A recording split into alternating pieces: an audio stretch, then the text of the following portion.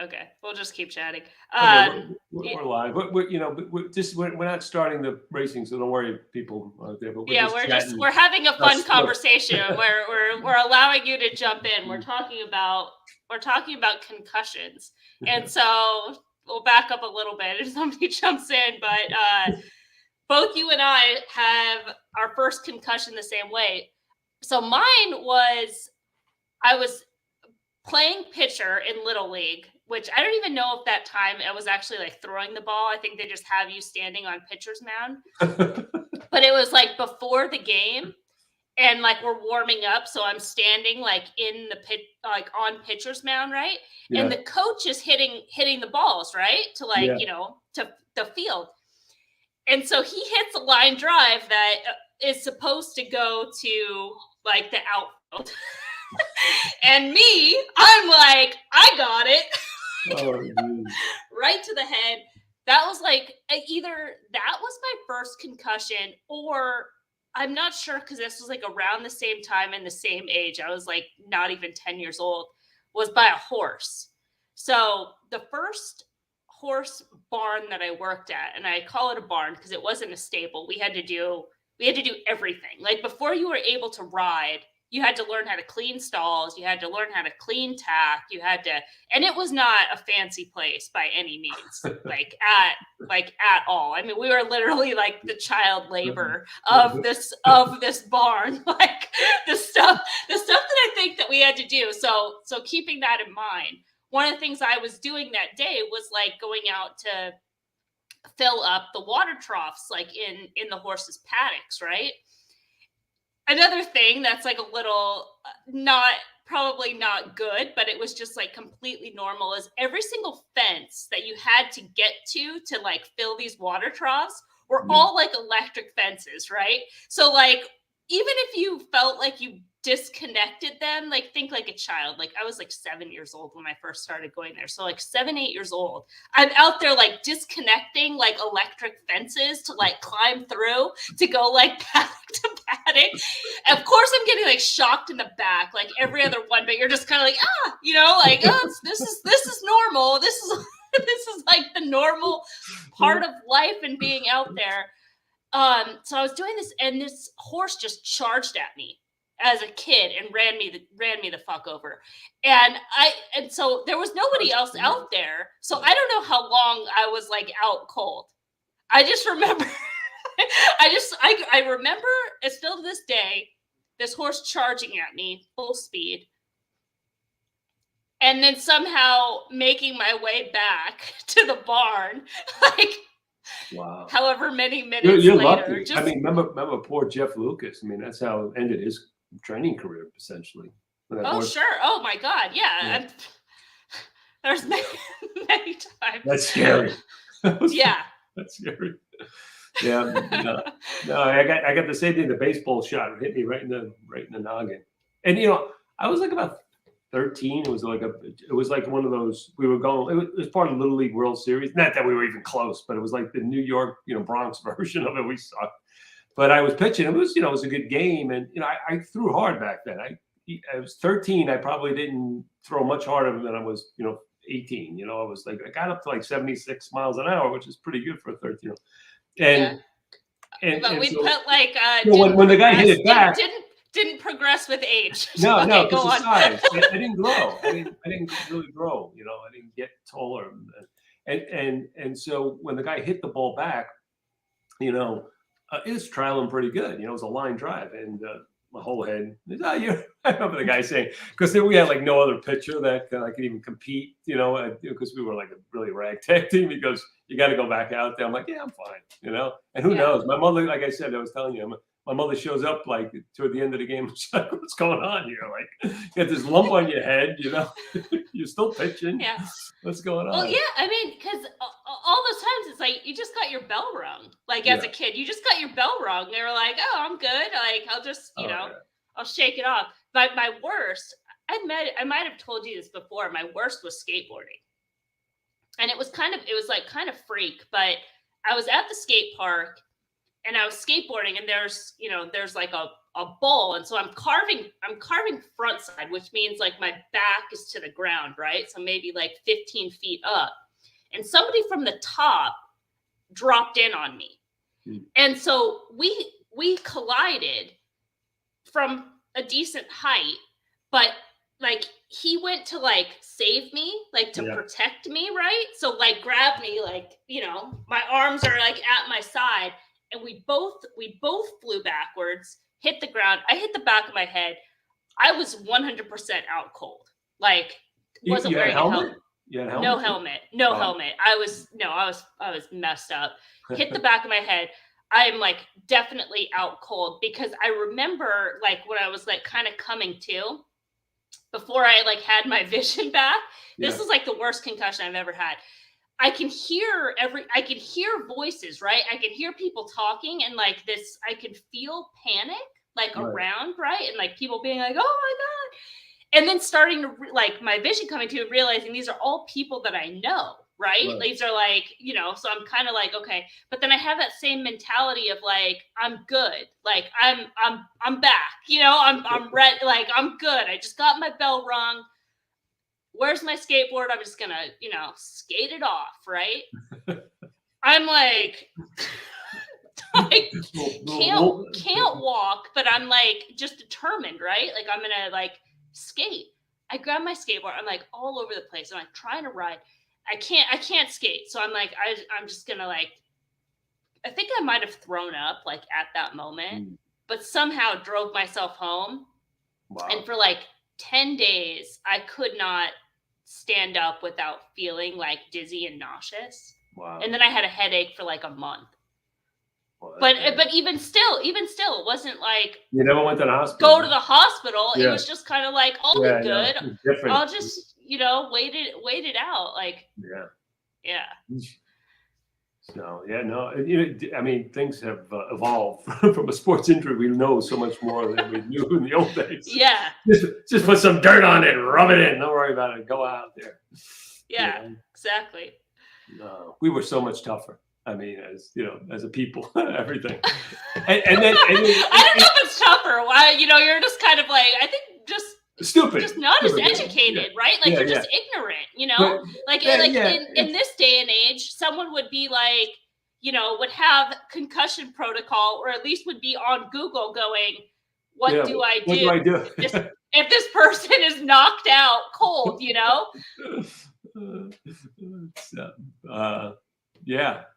and then like a generation even before us, like my father, like my mother, God bless, she's still alive. It's like, it's a whole nother thing, like they were completely not educated about stuff, and they just, whatever. And my mom's still going though, 93 now. So I was going to ask, she's doing good? Yeah. Well, we got to pray for her a little bit. She's got, she's going to go for radiation starting the end of this month to get skin cancer, but prognostics, it looks good. I think I'm optimistic about it. So is she. Right. So I think she'll knock it out. So, so we're about a minute out. We started a little early, just kind of chatting. Figured we let the crowd in. And what we're going to do, we're going to go over the Southwest first, folks, and then we're going to take the Gulfstream races, starting with the Pegasus, the big one, and work our way, backwards, race 13 through, whatever, till we stop. And I think it's a great card at Gulfstream, and I'm interested in the Southwest too. So why don't we just dive into the Southwest? Let me bring up the plot stuff here. I got it here, but I've got to bring it up on my screen. So this is the Southwest. It's race 10 at Oak Lawn Park on Saturday. And, Emily, I guess the big favorite is going to be the Bob Baffert horse, because doesn't like he win the Southwest 100 times already. He's got this horse, Arabian Night, who ran one race so far at Keeneland, and with Optics, we gave that horse an A-. But, he got an easy lead. It looks like he popped out of the gate and didn't really get challenged much. It was a pretty good field, I guess. There was one horse. It was okay. I mean, there was one horse, I guess, that came back and ran third in the Gun Runner, which is the number 3 that Brad Cox horse come out of. Actually won that race impressively. So what do you think of this race? I have an opinion about something in this race. But what's your Ooh, thought? that sounds intriguing. So I think you have to I think you have to start with American Night, obviously. As you know what the tactics are going to be on this horse. He has that early speed. Bob's record in this type of race. This horse is training very well. I went, watched some recent work. So they're pointing to this race. This horse obviously has ability and is in the right spot to win. So, when you're doing like basic, the basic handicapping, it's like, is the horse fast enough? Yes. Does the horse have a pace advantage? Compromise on pace, should be able to work a trip. As far as distance, I suppose that's an unknown, but from a physical standpoint, shouldn't have any issues with today's distance. Form wise, looking at the optics grade, which should suggest class, and then the workouts as far as form. It's like the horse checks all those boxes as a favorite. And this field, as you mentioned, like maybe the race that he won at Keeneland, not the strongest group by any means, but it's not like there's any real killers in this race. Maybe minus one horse, um, Sun Thunder, but the other horses I don't think are going to be able to run with him early, and he probably just has enough finish late. So I have a hard time kind of standing against him as a favorite in this race. Yeah, I would agree. But I do have an opinion about this race, because when I look at these races that these horses are coming out of, the one race that every year to me for a 2-year-old prep, I think we even talked about this last year, is this Kentucky Jockey Club race Mm-hmm. that they run every year, Churchill, at Mm-hmm. the end of the year. And to me, it always produces a lot of good stuff.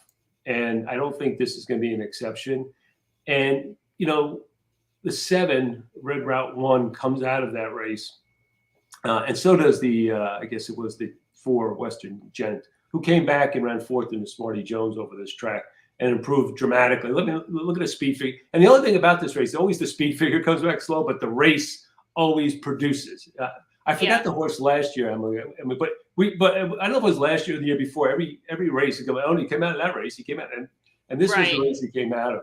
And you just look at the race that the 7 ran out of that race. It was an improved 86, ran a good 4th despite traffic. And I'm just thinking from a class perspective, take the 6 out of the race and just kind of compare the other races, the other horses. And I just think this race, kind of stands out from a class perspective.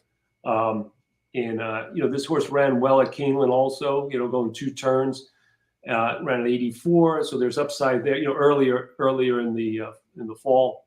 And I just think that, if you're going to pick an alternative to Arabian Night, this is the one I would kind of pick. I just think he kind of maybe stands out a little bit on class, because you can see some of these horses. I don't trust fairground races so much early on. I don't trust Oaklawn races when I'm comparing these, unless they're comparing against other Oaklawn races. And I just think that's where I'm going. You kind of it plots with a big square, and I think this at the distance. So those horses are going to have some finish. I just think you could do worse. I mean, maybe underneath the 6 in an exact, or maybe like a sneaky win bet. Maybe that's the way to play it. Kind of a win place that way. Yeah, I saw that horse as similar, and you make a good point as far as that race being live and having to project to move forward, because that was sort of my one knock, is just is he fast enough? But to that point, if he's improving even 10 points, he's right there.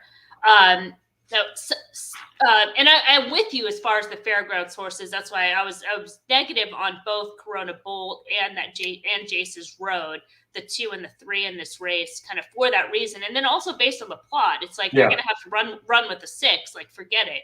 And the 8 is the other Brad Cox horse. Is a horse that's maybe kind of steadily progressing, because its speed figures are improving race to race, and should offer, as far as like the barn entering 3, is probably going to be the bigger price of that group. Sun Thunder is a horse we have to mention in here, because his race on debut was strong and looked like probably should have that router keyword. Maybe it's in the it does say stretch. Okay, perfect. And then that race that he won to break his maiden, I think the optics keywords are pretty descriptive there to say what had Yeah, happened. yeah. But to go a little bit more into detail, I mean, the early issues were significant, and it could have been a race where if he didn't have the class, he wasn't going to win because there was enough adversity from the start and from the trouble, and he just kind of handled it. He like handled his business, and then he like makes that move and draws clear. And I noticed, you know, he has the pre-race plus, which is another just kind of indicator of a horse that's doing well, or even class, just making an impression that his physical nature just stood out over that field. You know, it's kind of like the alpha male of the group, right? Just kind of like his presence is so much more than those other horses. Another horse that's an improving type is probably going to run another good race. Now, he might finish second just because of his running style and having to move forward and chasing a speed horse. But he's a horse that, you know, I'm not a big like future book person, Right. but I put money on this horse because he opened at 99-1, and I was like, that's ridiculous. I think it ended up going off a lot shorter, but I was already kind of like, I have money already in at this point, whatever. So I just think, you know, it's a horse that I think is developing and could be a Derby type horse. Just kind of has like a, you know, when you see him on Saturday, he just has this like a hardy looking kind of animal. Yeah. So yeah, I think we kind of see it pretty similar. All right, cool. So that's the Southwest. You know, we'll see what comes out of that. See how good the Baffert runner is. Now we're going to flip over to the big one, Emily. You know, the Pegasus World Cup Invitational, Grade 1. I guess the 13 and 14 are AEs, right? So I'm not sure they're going to get in unless there's kind of a late scratch.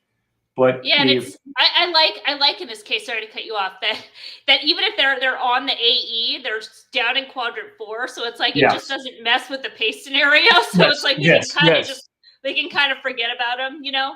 Yeah, absolutely. So I want to go through the pace scenario because, I mean, I know it's red, but I think this is a good race to really dissect the pace.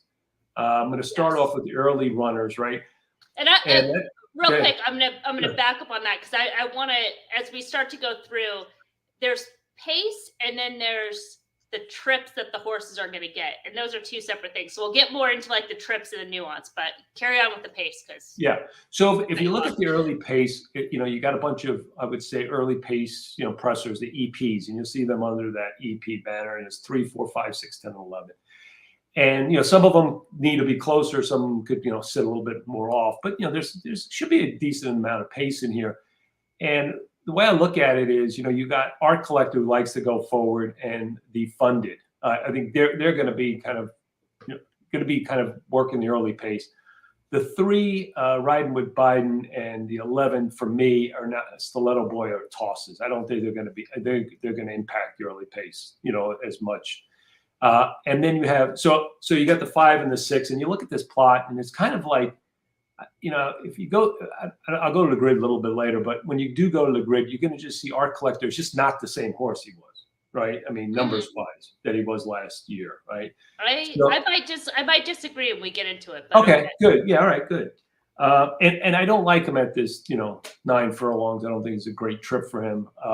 So you know, and he's going to be, you know, the Funded is going to be right there too. So I mean, the Funded is going to go forward, my guess. And so, you know, he's either going to be kind of in a chase mode, or he's going to be really pressed hard at dueling with the 5, and I think that's going to compromise his chances. And so I don't like him. I thought the horses that were kind of interesting to me are the horses that are going to be probably just off the pace, and that's the horses like the 10 Cyberknife, and I'll get back to him in a second. Because I don't think he's going to be value, and I don't like that post position being drawn outside, right? Because he's going to have to, you know, he may be just good enough, but I don't know. I think this, I'm not sure about him, and I wouldn't take a short price. He's, I guess, the favorite in Morning Line. By the way, I do have the odds somewhere here, and then the White Abrario and the 7 Skippy Longstocking, who I thought was kind of interesting horse. I think they may. The 2 is also in there. Yeah, the 2's in there, but I think, you know, I think he's going to be maybe a little bit more, you know, he's got a possibility to be in there, but he can come from a little bit more off the pace. I just don't, with him, and we'll get into the past forms. I'm just not so sure about trips with him. Yeah. And then like when you get to the closer side, you got like the 1, 8, and 9 that look like squares coming off the pace.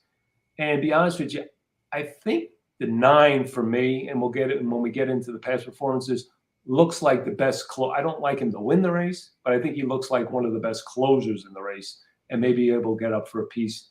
I just think he's more apt to close into this kind of pace scenario than the 1 and 8. That's just kind of an opinion I have. But as we'll go through the race, I'll show we'll talk about why I think those things. But I think that's kind of the dynamic here, right? So you got some early pace. I don't think it benefits the 5 or the 6. I think they're going to hurt each other. I think really the race, kind of just looking at it, if I were to say, it's going to be more of a kind of a presser race. The horse that gets the first run, the deep closes, and maybe he's not too far off those early pace horses look best suited. And to me, that's we got to evaluate maybe even the 2, 4, 7, and 10 of the horses that we're talking about. Mm-hmm. Is that? Yeah, I think that's a good place to start. I do want to go through kind of horse by horse. I think that was the plan, and starting with the 1, because the 1 is has. This is what I was talking about, where it separates between like pace and trip, right? Because of where the 1 is drawn, and because of how the way the 1 last out, and where he's on the plot today, really creates this kind of odd scenario for what they're going to do, and Rosario being aboard, because I think and this horse is a horse that has won in the past. That's how he used to run. He used to run on or near the lead, and so coming out of the car, where it was just a different scenario, where he was able to he broke on the rail, but was able to get to the outside and really sat kind of a perfect trip, right? He was like first run, had kind of everything his own way. Now, he's not going to have that here, because, as you mentioned, there's the other horses that are just naturally faster. So but in terms of like, you have the rail, you're probably going to want to establish position, because I don't think they see this horse as a closer. No, I think they see this horse, they want him to be more forwardly placed. Now, he just might not be fast enough to be forwardly placed. So then what happens to his trip, right? Because we know at Gulfstream how kickback impacts these horses. Well, I don't know if it's going to come up so much in this race, but some of the other dirt races down the road, it'll come up to where if he's inside and behind horses, and I think he had that kickback trip, if I'm remembering correctly, in the Stephen Foster, where he was kind of behind horses in there, and that's what caused him to drop back. And then he did kind of run on late, but he kind of fell into that closer role by default because of the race shape and because of that position. And maybe that does work to his benefit today, if he isn't fast enough, and then they kind of just have to make that decision to just kind of bail early, but then he could just get too far back. Yeah. So, just in terms of trip, and then, and then as far as this being a betting game, he's 9-2 on the morning line. So there's just not much value there for a horse that does need a top effort and does need a trip, and where that design comes in from the rail. Yeah, I'm not going to say a word because I disagree. I agree. I mean, I totally agree with everything you say about that horse. And that's kind of the reason I don't like the horse, especially the value-wise, because I just think this race kind of doesn't set up for him like some of these others set up for him. And so I'm whatever all you said is right. I mean, that's a good analysis. That's a really good analysis on that horse. So I don't think I need to add anything. Let's go to the 2. My problem with simplification, he looks like maybe a good exotics potential, like, because he just kind of like could hit the board, these kind of second race in a form cycle, he loves the track. My problem with him is the distance. I'm just not sure if this is his optimal. He could do it. I just don't think this is his optimal distance. I think he's better at a mile 16th. I think that's kind of what he wants to do. I'm just, I made the case for him going into the Kentucky Derby as a horse that was just kind of like, he just kind of grinds and just puts himself in there and then just kind of stays on. But he really hasn't progressed since. and the Preakness reported that he bled. I kind of expected a better race from him that day, but obviously it would be an excuse. And then really since then, he's been losing ground late, and that no lead. He was also no lead in the Harlan's Holiday as well. So I went back and watched that, and that's what caused that horse to lose second. So it was almost like a grip minus too, because he let the horse come back to his inside to finish third. So it just, an exotic play because he's a big price, but I just couldn't, even with the plot. That's why I kind of made sure to kind of mention him in that role. But the fact that he's just kind of losing ground late, giving up leads, lacking a lead change. He's got to deal with better horses, faster horses. Yeah, more ground. And even is it a rider change today? Another rider change to Paco Lopez, and Paco rode him a little bit more aggressively in the past. So, who knows if they end up kind of trying to really go, and then sitting off the 5 and 6 would maybe even be a little bit more problematic. Yes, I agree with that. I don't think this horse has a chance. Do we need to spend a lot of time on him? No, Brandon for me. I will not be riding with Brandon this time. Okay. White Barrio, I mean, he's a nice horse. I like this horse. Yeah. I like this horse. He's a nice horse. I like this horse in this spot. Yes. It's kind of, it suits, I think it's a Safi Joseph kind of race, by the way. I think this horse, I mean, he's coming out of, he ran the Cigar Mile, ran a good third there. The weather was kind of iffy. He likes this track. He should get the trip, right? He should get the trip, maybe get covered up, and we're right behind those two runners, the 5 and the 6. He's kind of got an improving look. I mean, other than the Haskell, and who knows with that race, that track, but he kind of was improving the whole time. I can make an excuse for that race, because if you look at his pattern, he runs better when he has more time between starts, and that's like the one race, and also the Kentucky Jockey Club, where he's running in less than 30 days, and he doesn't run as well during that time, so I can give him a pass. And then the rider change today is key as well, because Gaffleon's going to get back aboard. I'll tell another funny story. I think I told you this after it happened, but after the Kentucky Derby, I tweeted out, how great I thought Sonny Leon's ride is. I mean, that ride belongs in the Louvre. It's incredible. I've watched it so many times, I can play it in my head, because it's just he's channeled the Holy Ghost of Shoemaker.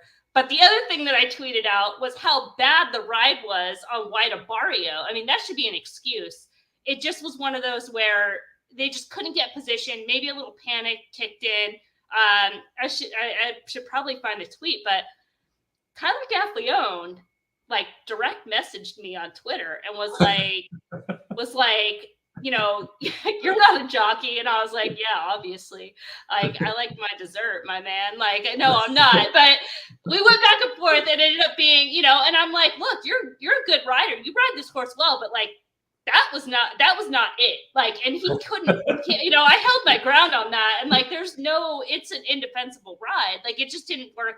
It didn't work out that day. So, I mean, I would give the Kentucky Derby an excuse. You can go back and watch that, because that horse was just not ever in a position where he could run that day. So if you just take those two races, and you can even take that Kentucky Jockey Club race out for the same reason of the timing, you're looking at pretty strong past performances. Yeah.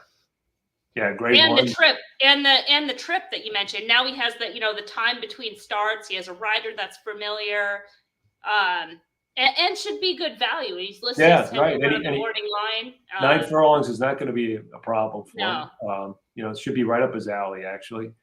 And he should trip out, and he's going to be a pretty decent. What was he in the morning line? 6 I thought he was 10. 10? Yeah. 10. Yeah, 10 to 1. Yeah, that's very good. I mean, that's one of the runners that I thought had a good chance and was value on the board. Yeah, number 4, White Barrio. Number 5, Defunded. I mean, you follow this horse a little bit more closely, being South, Southern California horse, but I don't know. It just looks. It doesn't look that fast, you know, you never know. Like with Baffert, he's gonna move these horses up, but I mean, it doesn't look like he's gonna be at the optimal distance for him. So I mean, and he's gonna have that pace pressure. So kind of fading him a little bit. So what's your Yeah, thought? and as you mentioned, the Baffert is the reason that people are going to kind of gravitate towards Yeah. this horse, and he is dressed up. You know, outside of his maiden win, which was at 6 furlongs, his 4 of the route races, it was a weak race at Del Mar in that non-winners of 1 allowance. Then he had the layoff. He came back a perfect and hot. So that's negative. Rush and Lone. He's not going to be Lone today. Rush is always off a little bit slow, so keep that in mind. He was also off a little bit slow. Rush best of the speed, Flow and Weak. It's like all of those races, he's had perfect scenarios. He's had the pace in the right way. He's been kind of in the right spot in the right time over his home track.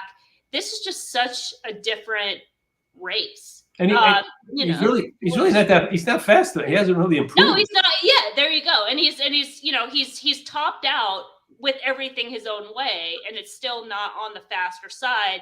And he's gonna be a short price in here. Well, you're gonna get like half. He's got White Barrio is gonna be twice the price of him, right? At least. Yeah. So I mean, no brainer, right? I mean, that's how you got to play this. Art Collector. You're going to make a case for him, right? I guess. Yeah. Okay. So to your point, as far as the distance, I'm not going to disagree with. I don't think this is a horse that's necessarily going to be better at 9 furlongs, but we have seen him win at 9 furlongs in the right time and place. And I'm kind of making the case that this just might be the right time and place because he's going to come back fresh off the layoff. He has that early speed. They might try to, as we know, like with Defunded, they might just try to sit off of Art Collector. And if Art Collector, we've also seen him that he can get pretty brave when he's on the lead. Now, the other thing is, let me just, I don't disagree with you. The problem with him lately, the last few races that I saw, is that he's getting like even though it's like the was his Charlestown race 2 back. He's getting pressure. Like he was getting pressure in that race where I was like, he should not. I mean, he won. I mean, the race was slow. It was a slow pace, and he was getting pressure. I was like, I mean, he should be like clear. Like he should be like a second faster. I mean, he just didn't look like he had the same speed that he has in the past. Well, he might not, and and again, there should be price compensation there. All things considered. Now, the other thing, this is going to be a kind of a weird creative one, but a lot of times for horses, and something to consider with other horses in this field, having experience over the Gulfstream Park main track can be key. With horses that like this track, and then we've seen the opposite end, horses that do like this track really have a hard time translating outside. So this is going to be a first start at Gulfstream for Art Collector, which you could say, well, that's a negative. He's never run over this course, but he's never also raced between January and May, which is very interesting. So this is really the first time that he's racing in the first part of the year and the season. All of his races have kind of started in the fall and in the summer. So it's sort of an interesting just kind of timing for this horse. In general, which could be a positive sign, especially because they're picking this spot. They're not going like, we're going to give them a prep and then we're going to run in the Pegasus. They're like, we'll go right into a grade 1, like with this horse at the time of the year where he's never raced before. Alvarado is picking up the call, and he was on somebody else in this race. I forget who, but I did notice his presence here. I forget who he had been on in the past. Maybe nobody. Maybe I'm just making things up. But maybe even just the rider change in general could suggest just sort of intent, maybe them wanting to see something a little bit different. So I'm just sort of making a case for him because we know he can run fast. He can get brave on the lead. He does have tactical speed. Maybe this Gulfstream Park main track helps him carry that speed and run faster, and that's what he's wanted to do all along. So I'm kind of making that kind of case for him, or if he finishes off the board, I'm not going to be surprised earlier either. But here's maybe what it's there. Yeah, here's what I don't like about him. Since that Woodward, he got okay. Breeders' Cup Classic. Maybe he could, he didn't do any running. Okay, then he didn't do any running in the Saudi race. I mean, that was no, I shouldn't say that. That was a very hot pace. Okay, he got caught up in. But like after that Alydar non-graded stakes, he won. Kind of okay, But notice the layoffs in all these races. 112. Okay, maybe he went because he went to Dubai. 271. Then he had the 2 races. And like I said, those 2 races, like the Charlestown race and the other race, he was getting pressed on like what I would expect him to be like, just like alone on those types of leads. Like he shouldn't be getting pressure. Didn't seem he had that pop that he normally has, and that's my concern about him. Yeah, I mean, I have the same concerns. I'm just trying to make a case that if the scenario is that he is back to a race that he has run in the past, he's training, he's showing bullets. I couldn't see any of those works because they're at Payson, which where he had bullets going into Saratoga, and that being the only one. I'm just because I'm not crazy about Defunded. I think he's dressed up, and he's another horse that just he has the speed. And again, I'm not going to be surprised. I think all the points that you're making are completely valid, and I agree with them. He just ultimately might not be good enough, but at the same time, maybe there's that scenario that I could see liking him better. I could see him liking better than the 5 though. Okay. Absolutely. This is the horse I like. I mean, I like him. I like White Barrio, but I also like this horse. I think because he can just get the same kind of trip. I think this horse is kind of like a little bit of an overachiever. He can run fast enough to win this race. And this is his second race in his form cycle. It looks like he's another horse that could trip out in this race. I thought his Preakness was better than it looked. He ran good in the Belmont. I think he's good enough on his day. I think he'll definitely be under the radar. And I just think it's he just could fall into maybe get a win or an exacta finish in this race. I wouldn't be shocked. I just think, again, I'm going by the plot. I think he just might sit the right trip. I think he's good enough. I think he's good enough to compete in this race. I don't know when. Again, it's going to be about price. But, he's proven at the distance. He's proven over this track. Talked about the plot. Second in form cycle. I'm expecting improvement. I thought that race was a prep last time. So I think he's got a chance. Yeah, I'm with you as far as trip and having the consistency over this course. I think he is softer as far as class. And even speed figures could be weaker as well. I know that he has that string of higher speed figures that would obviously fit today's par. But as far as grades, he's just not recording the same type of grades. B- and C+, B- when he's in grade 1, grade 2 company. And I put a lot of weight in that. Kind of over speed figure, because it really shows like where that horse kind of stacks up at the level. And I know those are competitive races, and there's some subtle trips in there, but that was my big knock, is not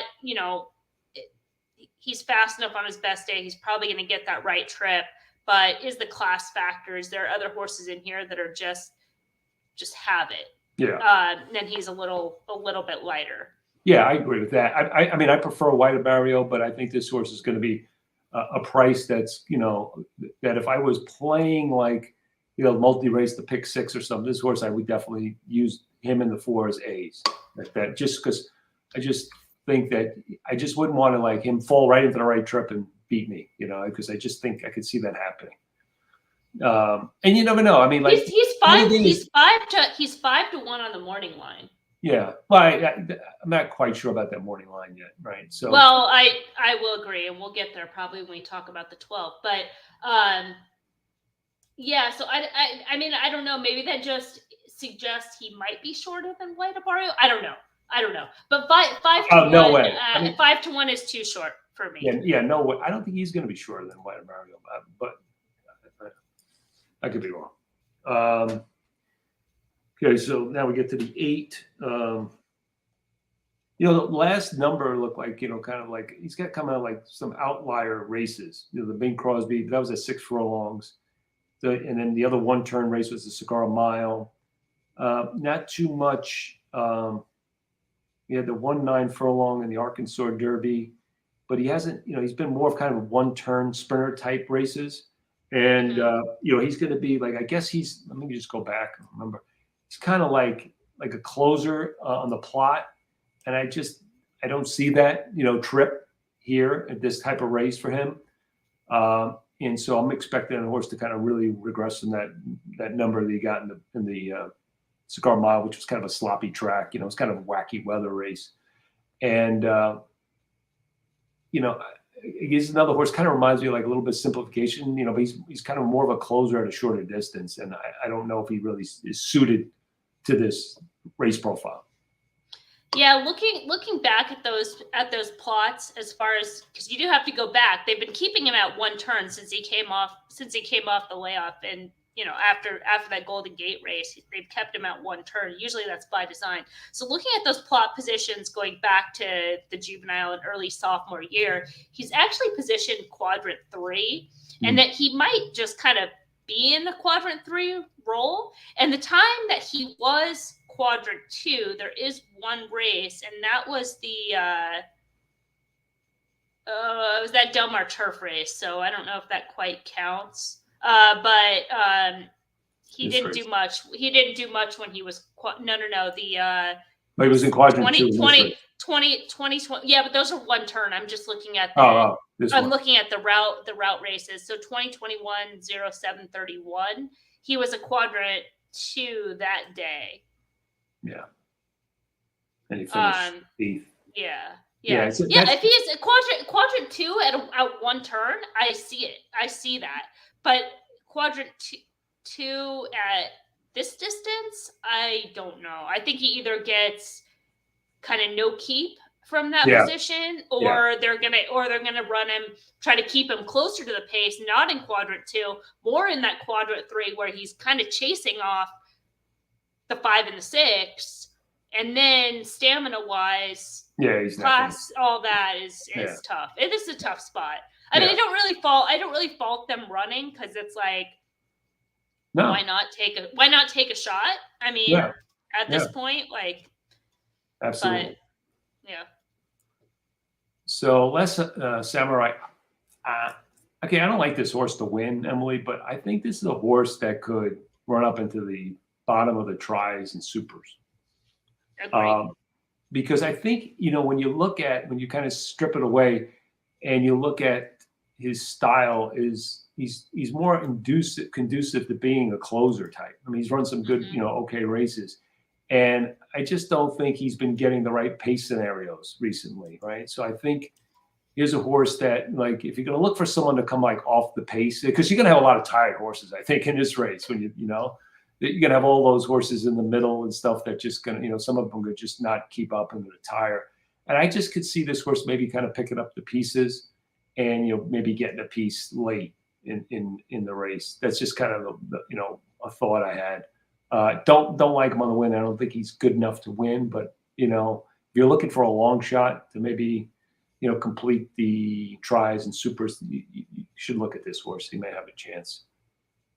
Yeah, no, I see all the things that you do, and he's in very strong professional hands with Dettori aboard, which I think is a positive. No knocks on the previous jockeys, but having a big rider in a race like this, you're gonna get an honest effort as far as the ride. Putting the horse in the right place. Right, and you get those factors. You get that Lucas Sneaky factor, right? Like, race horses that you never expect for him to run with, they run. It just seems like it's always the Lucas case. Lucas is having a huge meet over at Oaklawn. Oh, is he? Good for him. Yeah. So anyway, that's kind of my thought on that horse. The 10. This is interesting. I mean, this horse is done really well. I mean, and I think we were on him. What was that race, Emily, last year? I guess it was the Arkansas Derby, wasn't it? That we were on him. Yeah, because there was like 4 horses, and it was like the best price of that group. That's right. It was the That's right. best. He was the best price of that group. Right. Yeah. And then he's put together a good career. He's kind of ran well in the Matt win. That was like, one turn, no, 2 turns, but it was like a grade 3. And then he had the big race in the Haskell. Travers, he ran pretty well. I mean, he put together the Pennsylvania Derby. That was another good race. And then in the Breeders' Cup Dirt Mile, I mean, he ran game. The thing with him, for me, first of all, I still watch him run. And I'm like surprised that this horse doesn't get hurt more than he does. I just don't like. Well, he might. And this is the first time he's running back in 84 Yes. days. So He's usually, that's the 2 big things for me in this race with him is the layoff. Okay. Well, 3 things: the layoff, and the second thing is the trip from the outside post, right? Because there's going to be pace all inside of him, so he's going to have to get position. I don't like that post. That you got that pretty quick, run into the first turn. I'm just worried about him being exposed there. And then the third thing is he's trying Gulfstream kind of for the first time. That's always like a question mark. And I noticed, I mean, if you look at his workouts, right, he's been working at the fairgrounds, I think. So he hasn't been running. I mean, I haven't seen he works over this track. So, I mean, it looks like he's working fine. But again, I think I would love to see more workouts in Florida, get him acclimated to Florida. So for those reasons, and plus his price, I'm kind of trying to fade him a little bit. Same. Okay. Yeah, I mean, even as it's kind of the way this race shapes up, and we see this a lot. He feels like the safest way to go, right? Because you're like, he just kind of, everybody else kind of has these question marks. Maybe and he just seems like, oh, he's consistent. He's this, he's running fast. So he seems like the safest way to go, but he's still not a good bet at 5-2, and he's probably going to be shorter, I would imagine. I don't know. Maybe not, but yeah. I don't think it'll be much. I don't think it'll be much higher than that. And he'll be on the majority of tickets for the multi-race sequences for that kind of safe, just sort of like known factor. I've been vocal. I'm not crazy about Florent Geroux. I think he makes a lot of mistakes and tack minus more often than not. So just factors that when you're putting in could be another liability because this horse is not, as you mentioned, he's not an easy horse. He's not an easy horse to like ride and to get a trip. I mean, if you look, even just looking at his running style, it's like he's kind of all over the map. Like where he is. He's definitely got heart. He's got heart. No, absolutely. Yeah. He has ability, clearly, but it's not. He doesn't do things like the easy way. Yeah. And so I'm with you. And Florent Geroux, I mean, I think like the best jockeys, and the best jockeys kind of win these kind of races too. They go into the race with a plan. I don't think he goes into races with a plan a lot of times. Like it's like you got the speed horse and he's third. He's got a closer and it just seems like he doesn't go in there with a plan. He just kind of like works off the cuff to some extent. I mean, and you have to adjust, but you have to have a kind of a initial plan. Like you got to kind of fit the profile of the horse. And the fact that he's riding this horse all the time talks to what I'm saying, right? I mean, he's like like you just said, he's all over the place. Yeah. Right. So you like to say, what is this horse's really style? What does he like to do? Right. I mean, I think he likes to just stalk and close, but he's not always, like I'm concerned that he won't be in that spot, right? He's going to be caught wide. It's, possibly.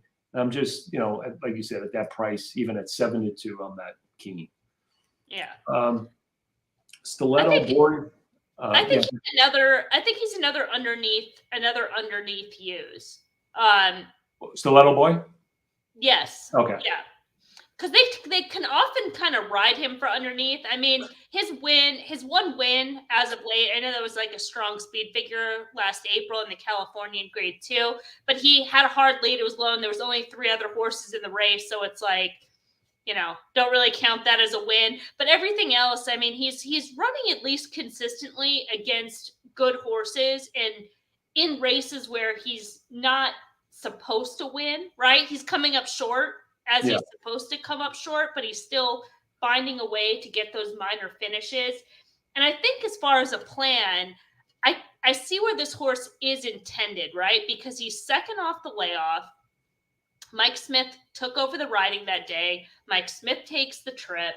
They had him working at Golden Gate Fields, which I think is a positive for this horse. And they kept him working at Golden Gate Fields afterwards. So I think if nothing else, there's positive intention there. He's a horse I have a really hard time like making a winning case for, but just sort of being a horse that's in form, has the stamina on his side. At least his class lines, like you look where who he's running against, running against good horses, and he's really been doing what he's supposed to be doing. And so if he's supposed to be running second or third today, I can see him, doing what he does. So it looks like underneath. Nine furlongs looks like a pretty good trip for him. If you just filter 9 furlongs, he was in the money every time. My only concern with him is the pace dynamics, but maybe he can get a trip like last year in this race, where he just kind of like hangs around. Yeah, that's kind of what I'm thinking. Is he's just sort of just sort of there. I mean, I probably leave him off my pick 6 ticket, but I could see, like you said, maybe keying him with in third and fourth, underneath. But I just don't like the pace scenario for him too much, but I could see what you're saying. It's a good analysis. Yeah. Especially a horse that's, what is he, like 50 to 1 or something? What is he? He'll probably be 50 to 1. I think he's like 20 or 30 on the morning line. 30 to 1 on the morning line. The longest morning line horse in this field. Okay, so longer than riding with Joe Brandon. Riding with Brandon. So O'Connor. I mean, I don't know.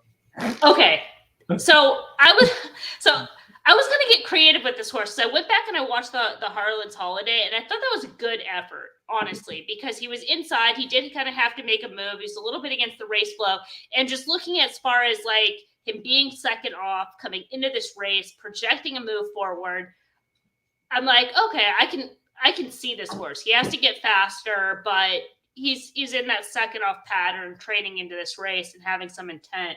And I saw a 4 to 1 morning line, and I was like, that's just crazy. So I don't know. He's 10 to 1. Yeah.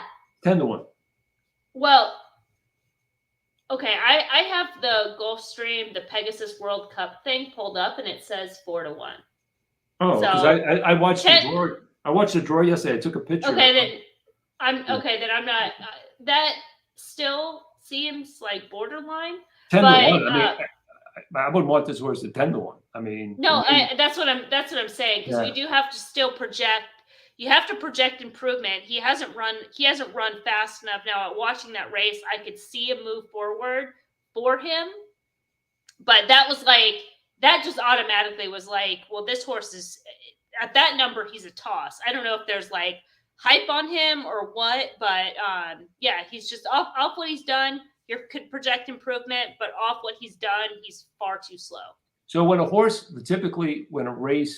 wins, okay, and this is true for any speed figures, whatever, but we've studied this with our speed figures. The horse typically with a route will improve like 6 points, okay?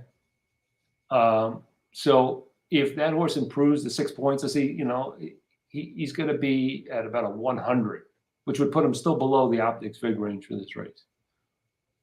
Right. You see what I'm saying? So when they like with the horses, I mean, a horse can prove 20 points, but when they win, they well, he's as fast as Defunded then. Yeah. Oh, yeah. Defunded. I mean, we made the case against Defunded, I hope. Right. I mean, right? I mean, I really like this. Right? I think we got the right horse. I've got 2 horses, and you have like a horse, and then and we have a couple exotics that we mentioned. But I think we said the 4. That's the horse we really both like. The 7 I mentioned, and then you talked about the 11 as a long shot. I talked about the 9, which I thought you were kind of in agreement with. So those are to me from a how I would play the race. That's kind of my thinking. And art collector is my like right. I mean, outside the box. Yeah. Right. So then you kind of think you can kind of maybe formulate a play from there, but that's kind of the analysis, right? Yeah. So okay, good. Any questions out there, Emily? Uh, Anybody that's a out good there? point. Anyone breathing? Chess, I was at. Hey, Optics fam. Hope all is well with you guys. This horse's thoroughgraph figures are really good too. I'm not sure which horse. Can you specify which thoroughgraph figures are Yeah, they really might have good been. too? We might have been talking when they. Yeah, we were talking, so I'm not sure which horse, but I haven't looked at thoroughgraph to know. So talking about O'Connor, okay. So maybe that's why the horse will be bet down. I think the ownership group likes to bet as well. But yeah, I mean, like I said, I was trying to get there, but might have been a little bit of a reach, and then the number could really sway it. So yeah, that's a tough post too to work a trip from there. Absolutely, yeah. Especially when you get all these good horses inside you. All right, well. We're going to switch to this is the turf version of this, right? The 12th. Yeah. And did you have any strong opinions in this race, Emily? Strong opinions. I mean, not a strong opinion. Did you have? See, when I looked at this race, the thing that kind of I think is going to jump off at me, I think, is that I think the 3 and the 6 can and the 9 have a pace advantage over the field. Because the 13 and 14 are going to be out probably.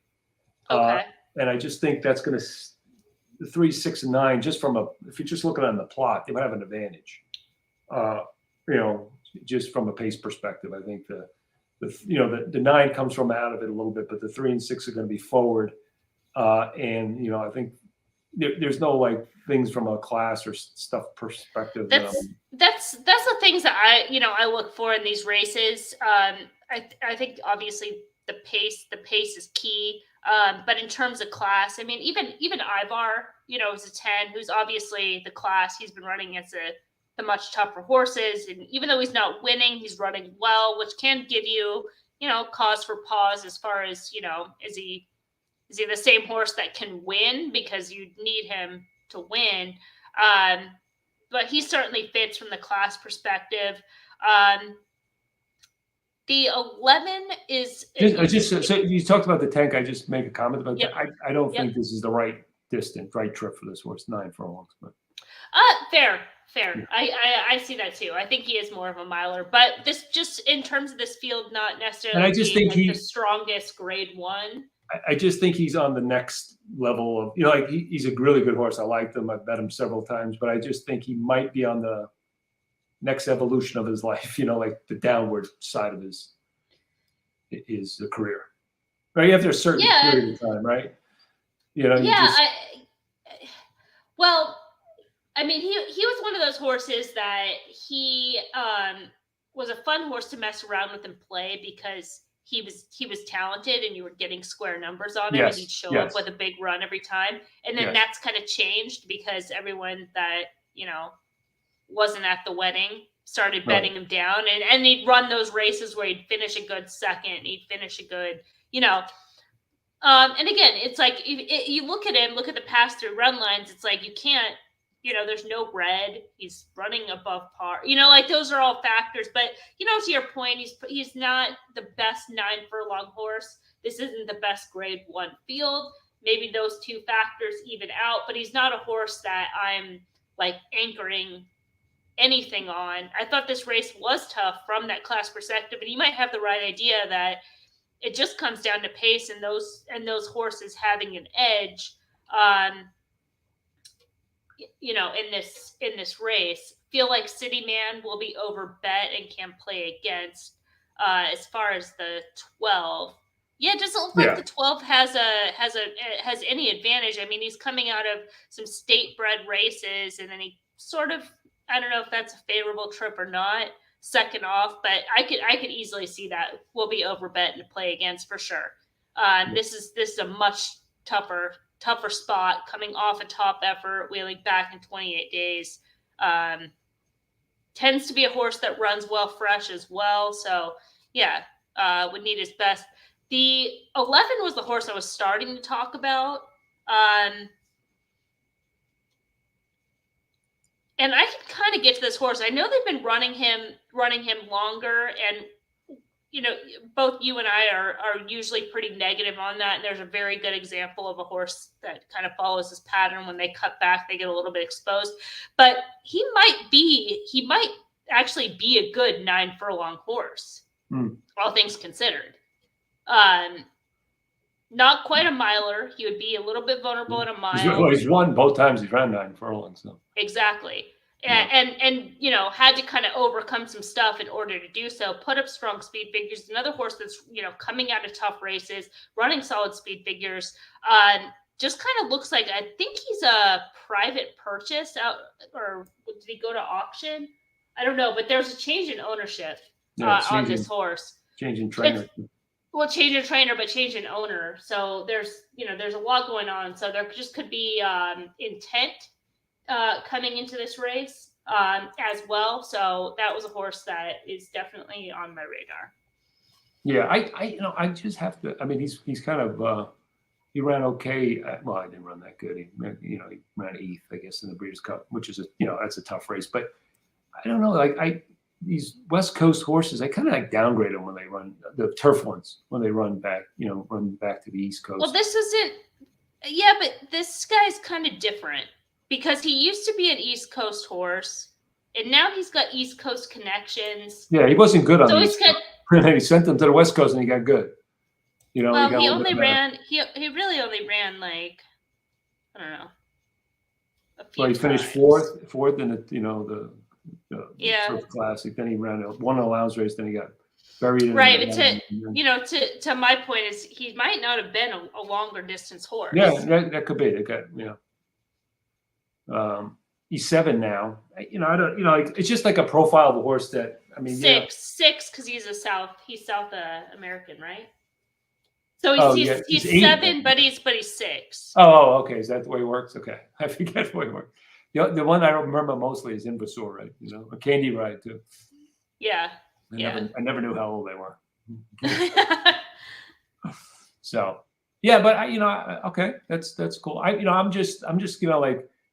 The one thing that was interesting to me was because just from a plot perspective, when you see that 13, 14 go away, when comes race day, those 3, 6, and 9 are gonna really stand out. Talked about the 10 maybe not being, and not being value or whatever, not being at the peak of his perform that optimal distance. And the only other horse from a plot perspective that kind of jumps out is the 7, but I don't know, he just doesn't look fast enough. But maybe you have some insights on him coming out of races in Southern California. And Hawthorne. Hawthorne. Going into the Hawthorne race, he had such a class edge because he, just in terms of the way that field shaped up, and they overbet a horse in there. So this horse was actually listed as the morning line favorite, and the way the pools are at Hawthorne, but he hasn't run fast enough. He has run well, but he's been running in kind of restricted 3-year-old company. So this is a big change to run against older. So I thought he was a little bit softer. But the other horse that was recently California that might be a little bit interesting in here is Wit. The 1. Because Tactic Minus and wide at basically any track in California on the turf, you have to be so much the best, and he still earned a B. I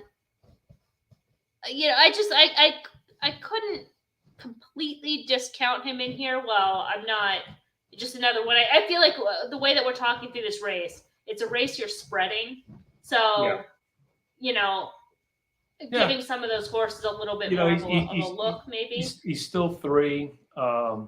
Even when he was 3, so he's still a new 4-year-old. So maybe there's still more upside. And I don't know. Lately, Pletcher has gotten really good at stretching horses out on the turf. I don't know if you noticed, like going long distances. And first of all, he's getting better, with stretching horses out. But he's changed his kind of tactics, in my opinion. He's like used to be much more precocious 2-year-olds and running them, shorter races and then kind of once the race started stretching out, he didn't have much there. But now he's kind of changed. He's slower, doesn't win as much early on. He's really gotten really good with especially with turf routers and things like that. So yeah, I could see where this horse maybe has some more upside, right? I mean, he did run a 92, early in the year as a 3-year-old. So there, this horse could potentially run in the hundreds, which would put him right in the mix here. So yeah, I like that. I like that one. Where's he plotted? I thought he plotted okay too. On surface distance, he's not bad. Yeah, he's good too. So like you said, if you're spreading here, that may be one you. For me, I'd probably be going 1-3-6-9 in here as a spread. The other horse that, because I think you've watched these races, can you talk about the 4? Because this is kind of a wild card. Oh yes, okay, yeah. Oh yeah, I'm glad you asked. I forgot all about this horse. Yeah, because he wasn't plotting. I don't know how to read this horse. And first of all, I could not get a hold of this BD track. And Longchamp is difficult to get the race replays from, even like, YouTube. I don't know. So if someone's out there could help me out with that, that'd be good. But this race that he ran last time, that turf course was really, really bad. There's he's got all these soft ones, right? But this turf course was like really chewed. Like it was like every time they hit it, like stuff was flying, like divots all over the thing. Compare that with his turf course at St. Cloud when he ran on that mile where he ran the B and finished third. That race, it was like almost like a firm turf course, right? And the winner just kind of exploded. I mean, but this horse ran a decent race in that race. So you just compare a grade 2 in Europe to like a grade 1 here. I mean, they're comparable, right? So so this horse should be competitive. I think this horse is going to like the firmer ground. I'm not entirely sure about the distance, but typically if they can handle, like, he's won at 10 furlongs there, shouldn't be a problem. I think this turf course, the ground is going to be to his liking. So I just think that last race, I think I misnoted the. I think that should be a C, but be a grade. So I got to change that. That's my bad. But I mean that turf course, I just think was a little bit too difficult to do anything on. So I don't think it was to his liking. So I think this horse has a chance. And there could be intent because Dettori was up for that second place finish, which in Germany, which is that BD. And we do have a question here. Kevin Slattery, not much to see with the 8 on the plot, but has run some very good races at Woodbine. Should be square price if he can turn his synthetic form back to the turf. That's always a big test if they can do so. There are some knocks here in terms of those races that are on the turf. Number wise, if you just kind of look at his numbers, if you're saying if he can turn his synthetic form back to the turf, his synthetic numbers are so much stronger than his turf numbers and even his dirt numbers. So he would have to all of a sudden become that synthetic horse on the turf, not necessarily transfer. I think that surface. And also just in terms of the class level. Yeah. And I mean, because he has won on the turf, but those are just different races. I mean, if you look at the Optics figure range, that race in June that he won with the B+, where he had trouble at the start, was against the flow. That was an 82 to 88. Today's race par is 97 to 103. I mean, that's crazy. Yeah. And then even the Niagara Stakes, the 92 to 98, that means the winning high side of par is the low side of this par. But yes, he is a very good horse. He's also going to give up recency coming off the 55-day break. You see those pattern of gait issues, the slog. That's always something that is problematic. And at the very least, you need price compensation for deep closer with those factors. Well said. All right, so hopefully we didn't confuse you enough in this race, but yeah, I did. I got to make sure on that. I didn't. That was the other horse I would definitely include as the 4 here. So this horse could be. The other thing is this horse could just drown this field, but I wouldn't count on it. I think he's going to be better on the turf and all the rest. The firmer turf, but he doesn't strike me as a reliable horse, so I'd just be careful there, and I wouldn't just like go out and single him or anything like that. But he's definitely got I mean, if he runs his race, he's better than these, right? And just from a class perspective. Okay, this is good. Okay. We can move on. Race 11. So I feel like I'm going to be like in plot I trust in here. Yeah. With the 11. Okay. I thought you were going to say the 9, but okay. Well, look, you have all those horses that are above the par line and bunched up. Like that, it sets up for the 11. I don't think I probably have to do a little bit more work as we kind of go through this race. Yeah. But that 11 should be able to get the trip because you do have those horses. It's a sun contention, a high speed rate. I looked at it's hard to find particular races on the turf because it's being 8.5 furlongs. Then also today the rail's at 0. The rail is not at 0 for all the races on the turf. So, but kind of looking at some races, some plots, they seem like they run to the plot for what it's worth.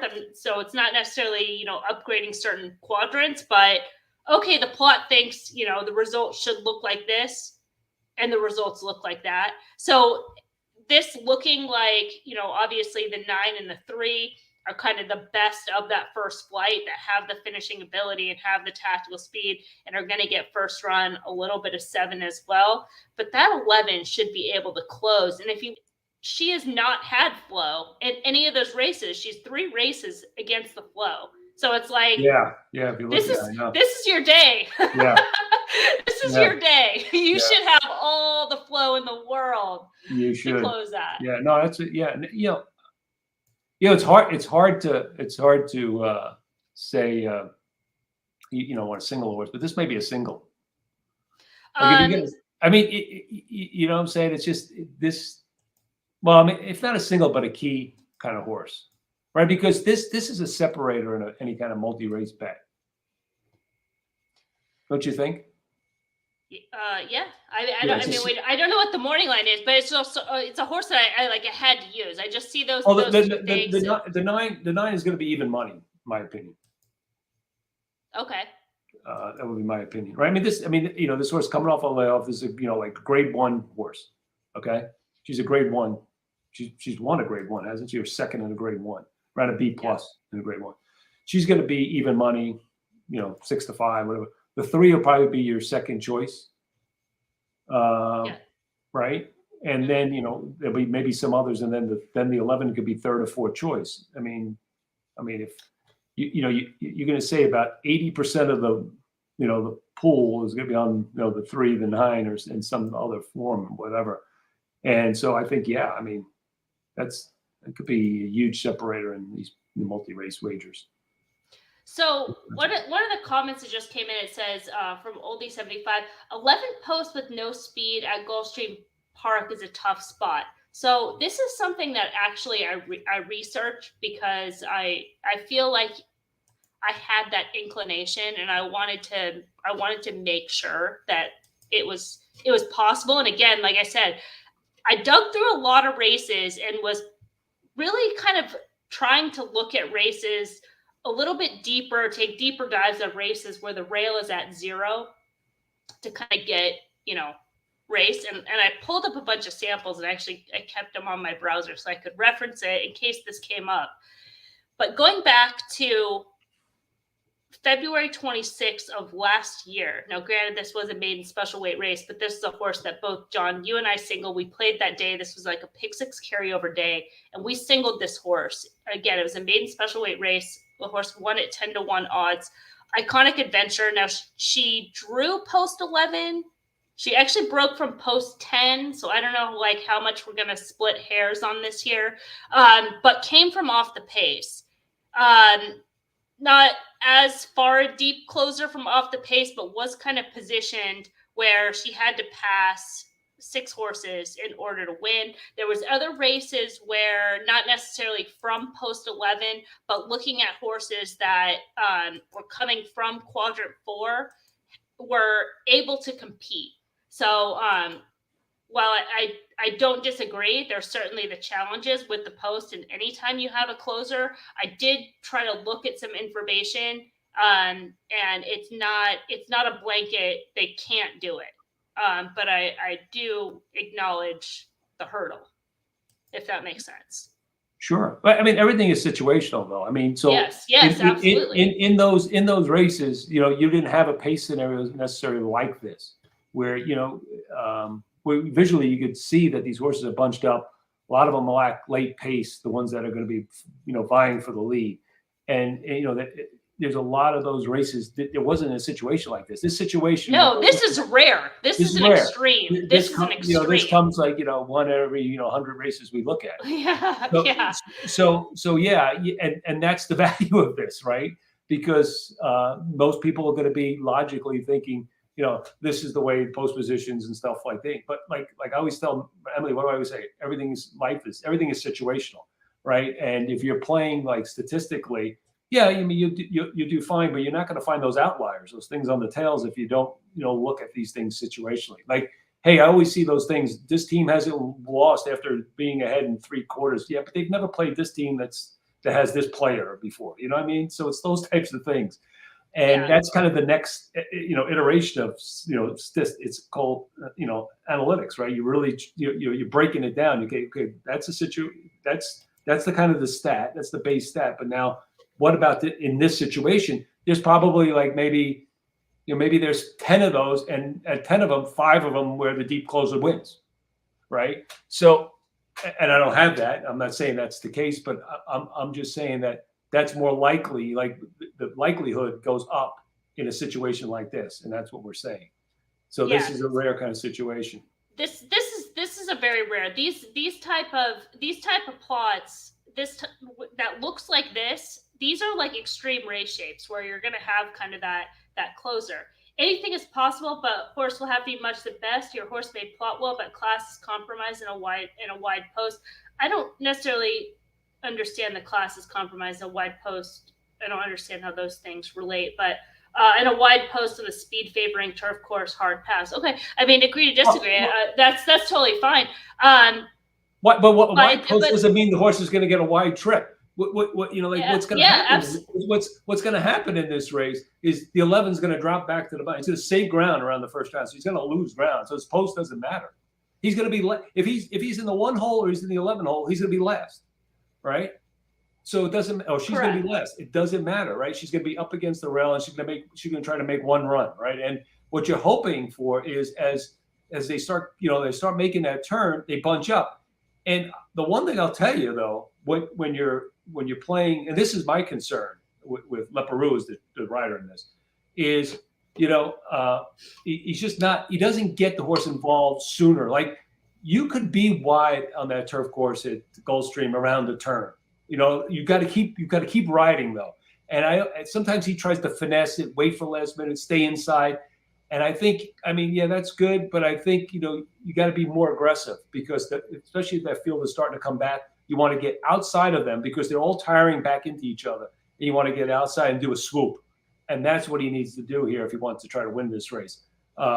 So and again, post doesn't matter. This 11 post does not matter for this horse. Agreed? Right. Yeah.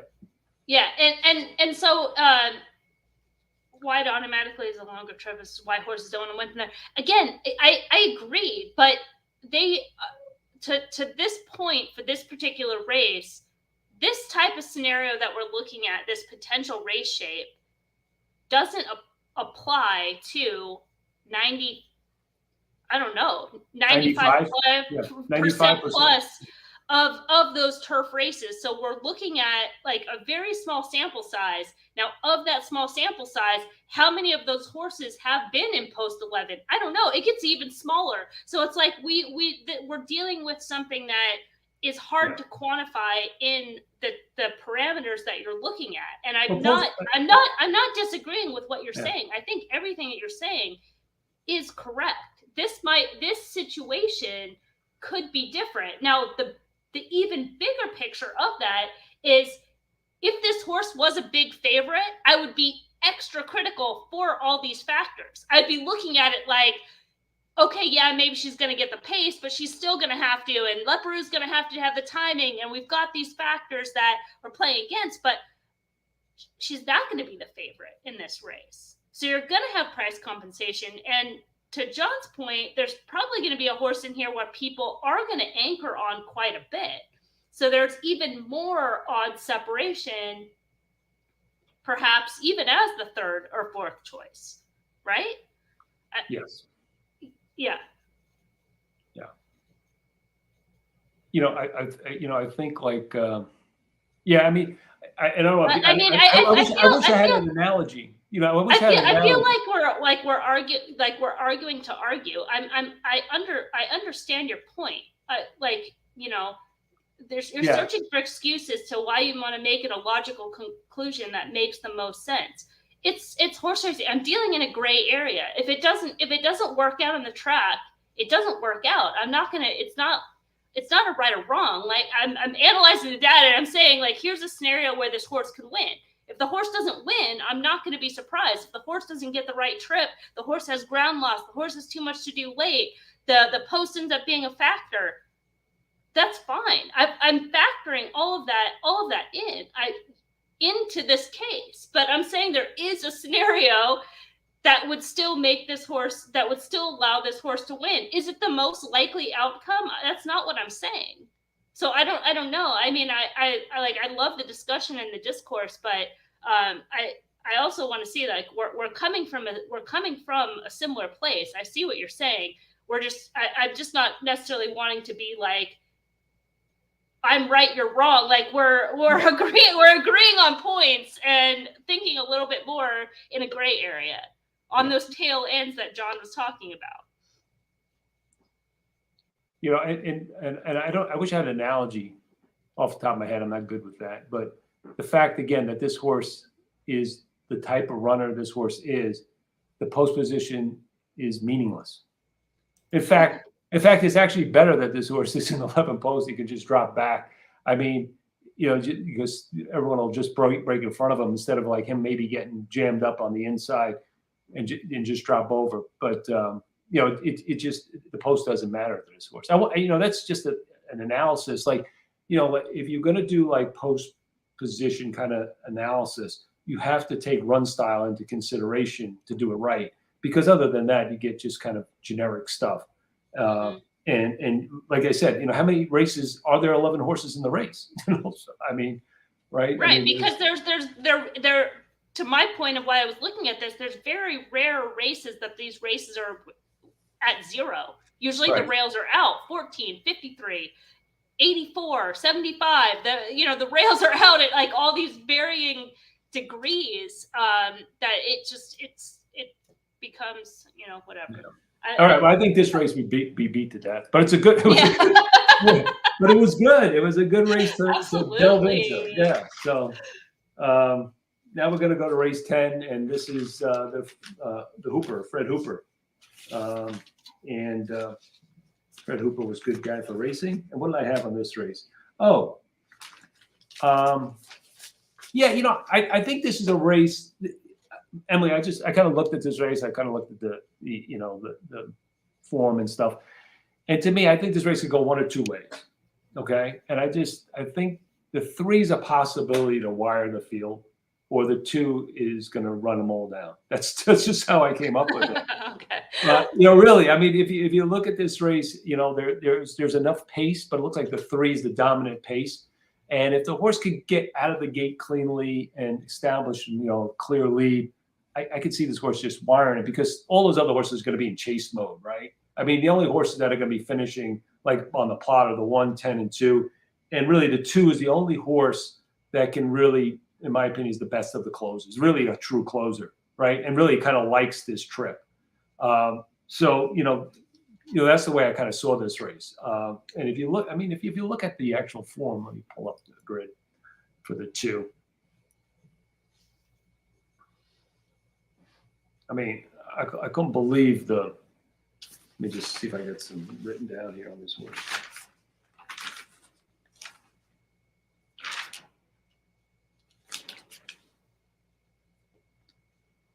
Yeah. So,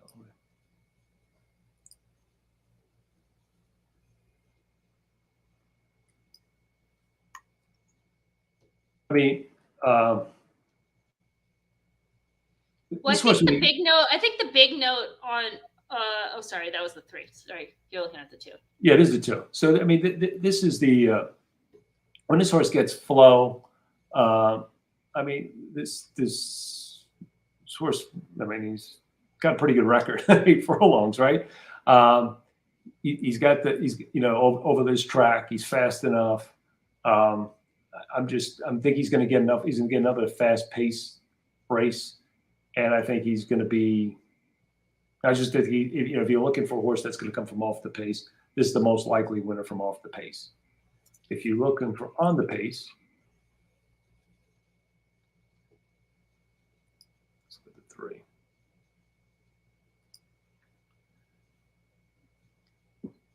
Yeah, so this horse ran 2 turns last time, kind of popped out of the gate, it's cutting back.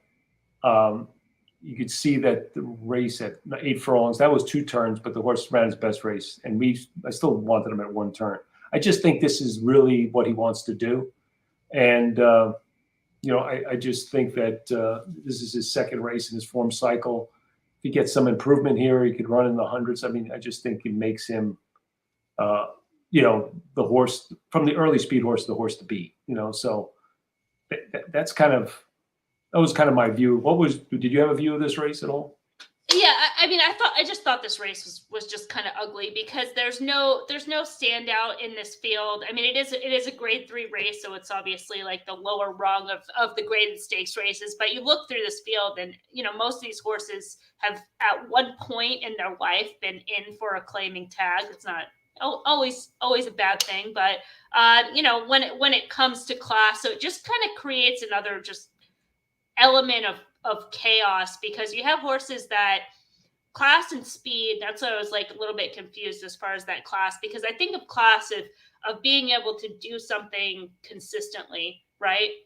Yeah. Like you're consistently running those fast speed figures or consistently overcoming adversity. It's something that's like, it's hard to quantify. And a lot of these horses are so in and out and up and down and run a fast race, and then you can't explain why they're doing what they're doing. The 2 is consistent. The 2 is consistent. The 2 is I very suppose, consistent. yes, but again, when he's not facing like top level. So like when he gets into top level, which has been he's not facing top level today, right? Correct, but in theory, right? Just kind of in theory, the times that he was like in the Charlestown Classic or the Challenger. That's art collector. I mean, that's okay, but I'm just saying, like, there's times where when he's kind of put in higher level stakes races that he could underperform. I'm not disagreeing. So, a horse like the 1, for example, if you want to pull this one up. That we have, the marathon, he's going to cut back to 1 turn. He's coming back off the layoff, but a case can be made that as an individual, this is the quote unquote best horse in the race, just in terms of from an individual, from an individual standpoint, that this horse is the quote unquote best horse. He runs fast. He does so at, a top level and top circuit. They're picking this spot, which, they could be looking at for a softer spot for him. There's question marks surrounding, but in a race that's just kind of like, I have a hard time kind of sinking into anybody one I'd want to use. Now the other horse in here, I would include this. The only, I mean, you have to include this horse is going to be the favorite, right? So, I mean, I don't know. I don't have he's not. I'm just guessing. Looking at Brisnet, he's not in the top 3 speed last rate. He's not in the prime power top 3. He's but because he's a class rating. Yeah, he hasn't run in a year, but I mean, you got. I mean, I guess I suppose he's going to be. Again, this horse was 3rd in a grade 1. Yeah, it's. I don't know, but if he's favored, I'm not surprised. The other horse is, and I went back and watched this race because it seemed like a common race, was a grade 3 Mr. Prospector from a perspective that is probably kind of a prep for this race with some of the horses coming out of it. I thought the 11 ran well. The 12 was the horse I really went back and was like, what the F happened to this horse? Because he, especially on a horse when they take money, right? This one's kind of taken money in his last few races. Now you can make an excuse with the Churchill Downs Grade 1 because the layoff that followed, that something went wrong, came back. Keeneland off the layoff, not quite a good effort, but might have needed the race. So what the hell happened last month? And it was kind of a weird trip that maybe there's a kickback in there because he's behind horses early and he drops back behind horses sort of to the inside and is like well out of it, like a no keep. But then he starts to run on late and he was a little bit kind of distracted in the gate. So, the fact they're coming back in 28 days, that I'm like, well, this horse has races. That current form is pretty sus. But the fact that they're off that bad race are like, let's come right back and run in a graded stakes race like on the big day. If I could draw a line through that and make the case that it was kickback that impacted him kind of needing the start, this horse gets in the mix. And he obviously looks bad. He obviously looks bad on the plot because of, his recent form. Those recent form, those races. But his other races fit. Just to bolster your point a little bit, if you go back to I guess it was the last February, he came off a 258-day layoff. He got kicked back, and then he came back and he improved, going a mile. Same pattern, right? Same pattern. Yep.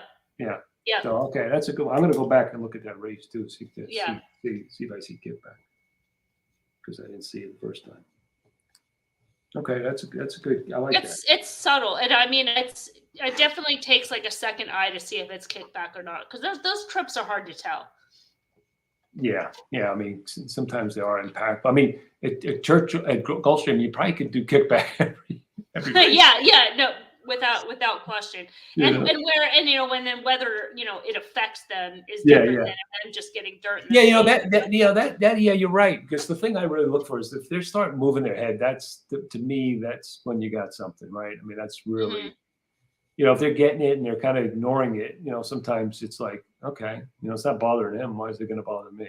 But when you start seeing them, and it could be sometimes it's less kickback really affects the horse. They just freak out, especially the younger ones. Yeah, and the fact that he shows interest late, and I know it doesn't look like it in the running line, but on the visuals you can see it.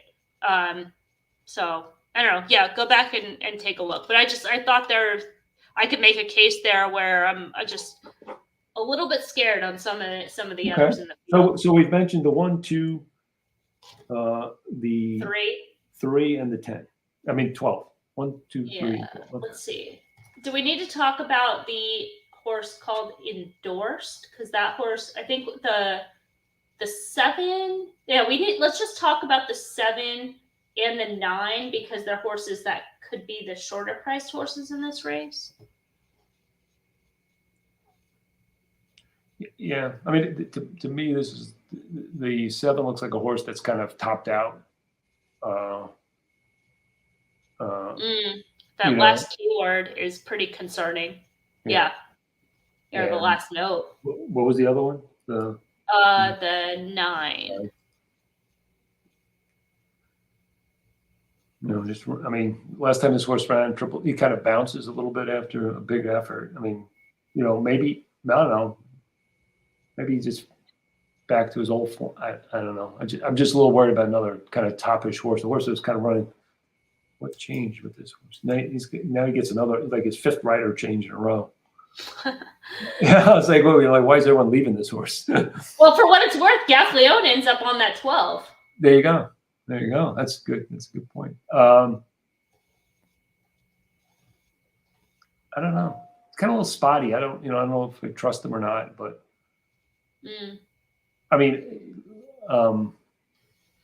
fair value on this horse, I don't know, 5, 6. And he's going to be shorter than that, don't you think? Yeah. What about the other thing I didn't like was the plot, the surface distance plot too. Poor. Okay. Yeah, what, brother? The 7, the 9, the other one. Uh, 13 is probably, to the chatter's point, just a tough post for that horse. What do you think on that? A little bit cheaper of a horse as well. He's kind of he's run well over the track. I mean, he really doesn't run a bad race other than when he gets a sloppy track. So keep that in mind. If the weather is dry, he's okay. He doesn't run badly. Yeah, he's okay. The seems like he's coming back a little bit shorter than he normally does, but he's kind of run okay doing that too. Trying to think what kind of. Let me see his plot. Yeah, just don't know what kind of trip that's going to be. His plot's another one that's kind of a little bit tougher to trust because he has some, those kind of bad running lines mixed in. Okay, so in summary, probably a race that you want to have some coverage. In. And the ones we mentioned 1, 2, 3, 12. Okay. If anyone else has an opinion, love to hear. I didn't really get into this race too much, Emily, but just so people know, kind of way I handicap these races. Talked about class. I look for horses that have run well, grade 1, grade 2 level, and or whatever. This is grade 3, whatever level they're at. And I don't get into the pace of the race, right? Because you can't analyze the pace of a marathon. I mean, it's going to be all about the horse being able to get to the distance. So I'll filter on the distance, see which horses perform well going like 12, 13, 14, because it's such a unique thing. But trying to figure out who's going to be in the lead, it doesn't matter. They're just walking around the track, and it's just a matter. If you want to look at anything on the plots, you want to look at horses that maybe can kick. So that would be a late pace, a square. So yeah, I don't really have much in this race other than what was the. No, I don't have much in this race. Well, here's the thing. This is what I came up with. I thought distance-wise, the 1, 4, 6, 7, 11 are all capable of handling the distance. Class, I had 3, 6, 7, 11. And plot, just a square thing. I had 1, 6, 7, 10, 11. And so another yeah, and I'm going to throw the wrench in because I'm making a case for 9 and 10. Ones you didn't mention. Well, no, actually, on the plot, the 9 looks, well, the okay. 9 could 9 be looks just okay on the plot. an improving type, a horse that has stamina. Yes. It's coming off an extra wide trip with a B+ last out. Maker took over the horse. I think that's not that there's any knocks on Chad Brown, but Maker has a lot of horses in this race, and this is just sort of what he does with kind of older marathon type horses that aren't the grade 1 types. I know he's coming off the dirt race, so that will probably kind of keep some value. But if you go back to his other turf races, his numbers are right there with that dirt number. So that's not necessarily a concern. As far as the 10, it was just a little bit more subtle. This being he's obviously not a young horse. He's making his first start at 6, but he's still relatively lightly raced and a horse that's shown progress. So his first 1, 2, 3, 4, 5 races were in that sophomore season.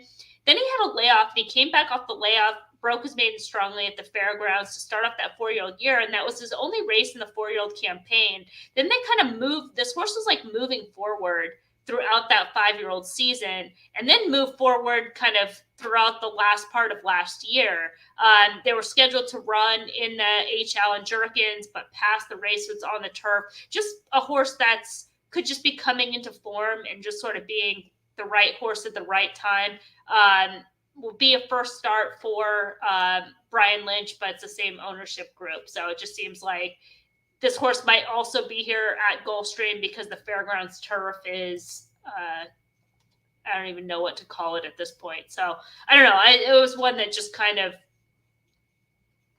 I put in the mix. Yeah, I prefer your 9 to the 10, but Yeah. Oh, and then the three was the Three other was, horse yeah. that was just the 3 seems like kind of checks all the boxes. He Yeah. hasn't gone the longer distance, so maybe that allows some value, but he's just been running a lot better than perhaps it looks on paper. And distance doesn't seem to be an issue, but we shall see. Yeah. Yeah. So, okay. So that's that race. I gave you nothing, but I think Emily came up with some good ideas there. Then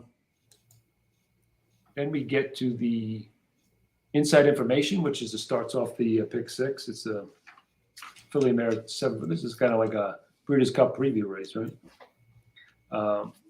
That's 7 furlong distance. That's interesting. So I think we break down the pace again in this race. To me, Okay. Emily, I don't know. It just kind of it could go two ways. I mean, when you look at it, you just say it screams like early pace, right? And I wonder sometimes when like they read that and they think we got to go and like three go and then you got a situation there. But I just think that quadrant 1 is going to be important, and I would kind of, if you look at the surface and distance pot, I would include the 3 in there. I think those are the horses that are going to benefit from the early, because it doesn't look like much pace. You look at the speed rating, there's not much contention. I think it kind of favors those horses in and around quadrant 1. I kind of like the 5 a little bit. I think that was, let me see.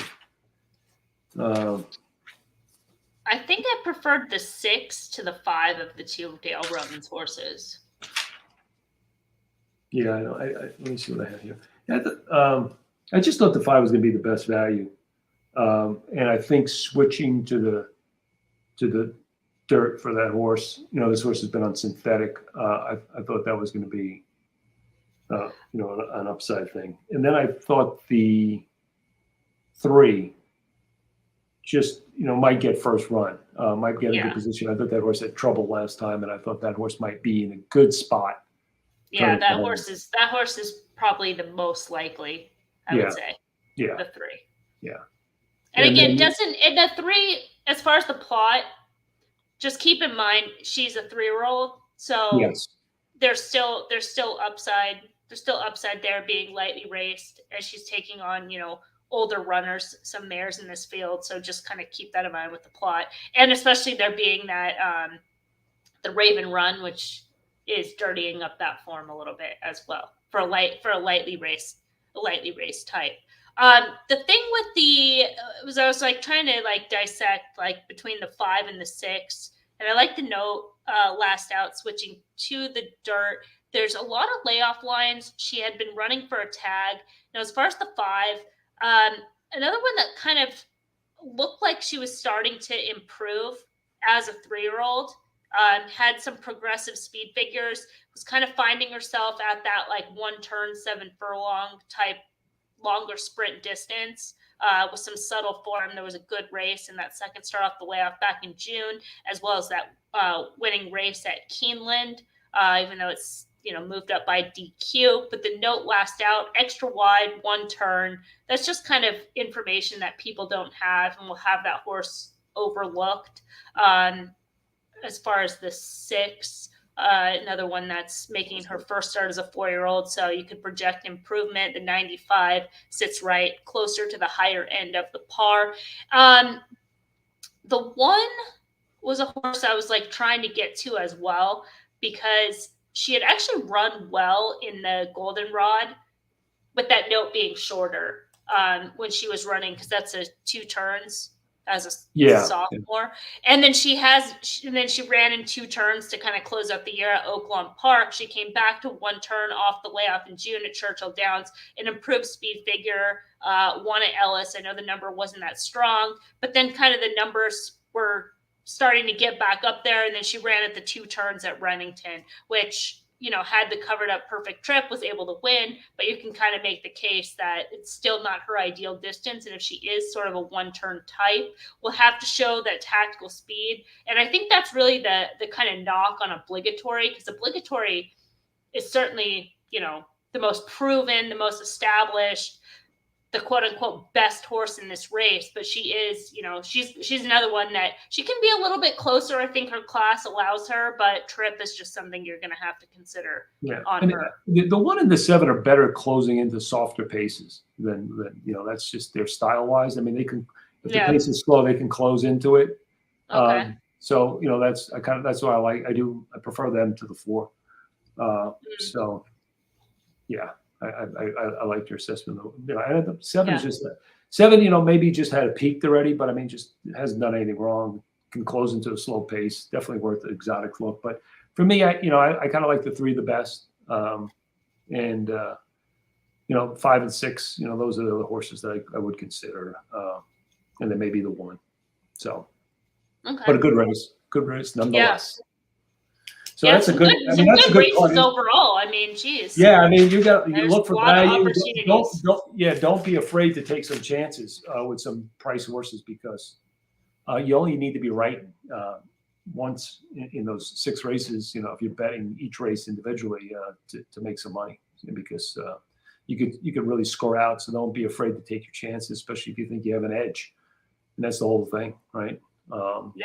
People, one of the things a lot of people don't do is, when you're playing this, is thinking about where is the money going to go? What are other people going to be doing, contests or playing from cash and stuff? How are they going to look at this race? And can you differentiate yourself from that? Because that's when you're going to score out. So yeah, good card, good Southwest. Looking forward to that, and just a great weekend. We're going to have the Optics Focus available report. If you buy the silver plan, and you'll get all 6 races in the pick 6 with some, we'll do some matrix things for you, ABC kind of stuff, and also our odds line for each of the races, and a lot of the analysis Emily we're doing kind of our pre-work for that. So thank you for listening to us as we hash it around. And then on kind of my end this weekend, Friday, I'll do the Hawthorne stream. If you're kind of around the country, that's from 12 to 1 Eastern time. No, Central time. Central time, 12 to 1. So 1 Eastern, calculate backwards for wherever else you are from that. So that'll be online on the Hawthorne YouTube channel. Subscribe if you haven't already. And if you're in the area, you're more than welcome to come out. We'll be at the same spot, which is Crazy Pour in Villa Park. It's one of the Hawthorne OTBs, as well as PointsBet Illinois, so you can bet sports as well. I will be there actually both Friday and Saturday. Hawthorne's doing a pool party with Howard Kravitz and their podcast, so I'll be out there that day. So if you want to come hang out and you're in the area, I'll tweet out the information, or you can also find it on the Hawthorne site as well. And we lost John. He's in control of the stream. I don't know what else to say to keep up the time, but that seems to be it. Are there any other questions out there before we sign off? I'm back. Sorry about that. Okay. It's okay. Medical emergency. Okay. So thank you everyone for joining, and check us out on OptixEQ.com, at Optics on Twitter, EQ, and thanks for supporting us and listening. Thanks. Absolutely. Thank you.